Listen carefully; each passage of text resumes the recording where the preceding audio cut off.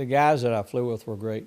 We pretty much paired up, like Gus and I flew together most of the times, but we would fly with other crew members, other navigators, or if a navigator was needed a instructor, we'd switch off flying with somebody else. But for the most part, Gus and I flew together. But it was a real cohesive unit. The guys, the camaraderie, the guys, the mission that we had, all night missions like that. I think made it a little more special than if we'd have been daytime, nighttime operation. And you know, you couldn't ask for a finer bunch of guys that who had the mission in mind and would do whatever it took to get the job done.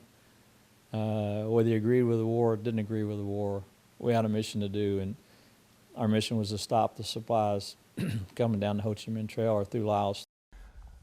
All right, so tell me about the model of the suit again, and then point out the items that were likely on the uniform when you were wearing it in combat, and then what you added afterwards, and what the patch hole there on the side is for. And hang on. Okay, go ahead. Well, the flight suit that we wore was a standard Air Force issue K2B. It was olive drab, olive green, and it was 100% cotton. The standard flight suit that everybody was wearing and all the fighters at that time. Since we only flew at night, we had the flight suits, most of them dyed black, so that we could wear those when we were doing our night missions. We did have, probably the only thing we had on them at the time when we were flying them over there would be the Nimrod patch here with the A-26. Some guys may have had their name embroidered like I've got here, but I think a lot of the guys had the plastic or the leather name tag on Velcro that you could pull off. But so when you went to fly, you would take that off. But we carried our Geneva Convention card, so our name tag and that was, I mean, there was no reason not to have your name on your uniform. So, and then the rank, I was a lieutenant when I was flying it, so I put the captain's rank on later. The Yankee Air Pirate was just kind of a, well, that's one patch among others. Laotian Highway Patrol, some guys had on theirs, so may or may not have had that on. I think I did have it on there when I was flying it. The patch over there just made up, since I had 40 strikes at night. Just made that one up myself and put it on later. And then on the other side over here, we had the fly-by-night, the one with the dagger and the red, white, and blue stripes, so the shield. This was a patch that was over there.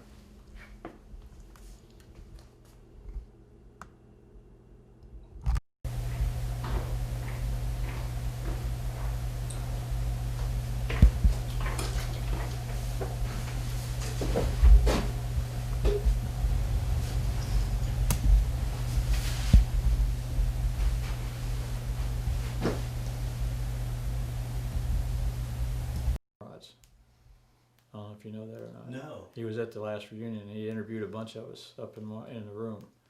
And somebody's done a layout for him as far as the airplane, because I know Jay Norton, one of the guys that lives up in Phoenix, he got an email and he sent a copy of it to me, and he's answered back to this lady who's, I guess, drawing a picture or putting together an A-26 for the article. Well, skeleton pictures? Well, I don't think it's a skeleton.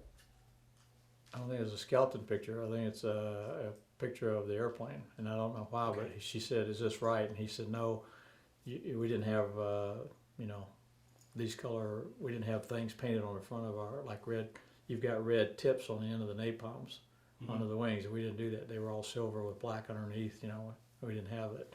So he gave her a few points of how to change those things, but. There's another guy who was there at the reunion, and he interviewed a bunch of people, and he's writing an article. I know he's sent me several emails saying, "This is what you said.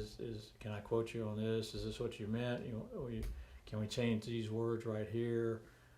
That sort of thing. And so it's going to be in the Smithsonian. It's coming out of the Smithsonian, and I'm not sure exactly when, but I should get a copy of it when he does. That'll be neat. You know what? Let's swap. Okay, so tell me about the Distinguished Flying Cross.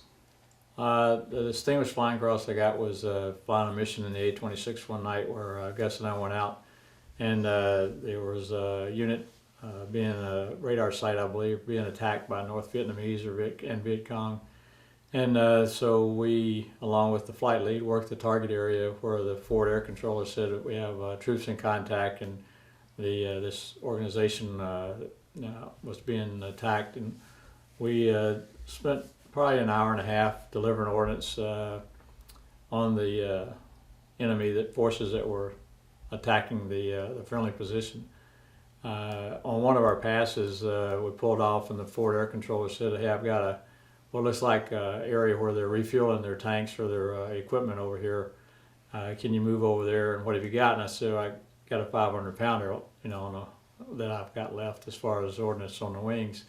And he said, "Okay, come over here and we'll drop it." And so he marked the target he wanted me to drop it on. And so he was looking through a starlight scope, and he said, "Hey, they're refueling the tank right now." And so I maneuvered around, and I rolled in, and we dropped the 500 pounder. We pulled off, and as we normally did, we rolled to watch our bomb explode or nape hit the ground. And as we did, there was a big, tremendous explosion on the ground, and a fireball came shooting up into the air. And Pat got all excited and said, according to him anyway, we put the 500 pounder right down the turret on the tank when it was being refueled. After that, and some more passes with the guns, I guess the enemy withdrew, and so the camp or the facility that we were trying to keep them from overrunning, we were successful in that. So we got the DFC for that mission.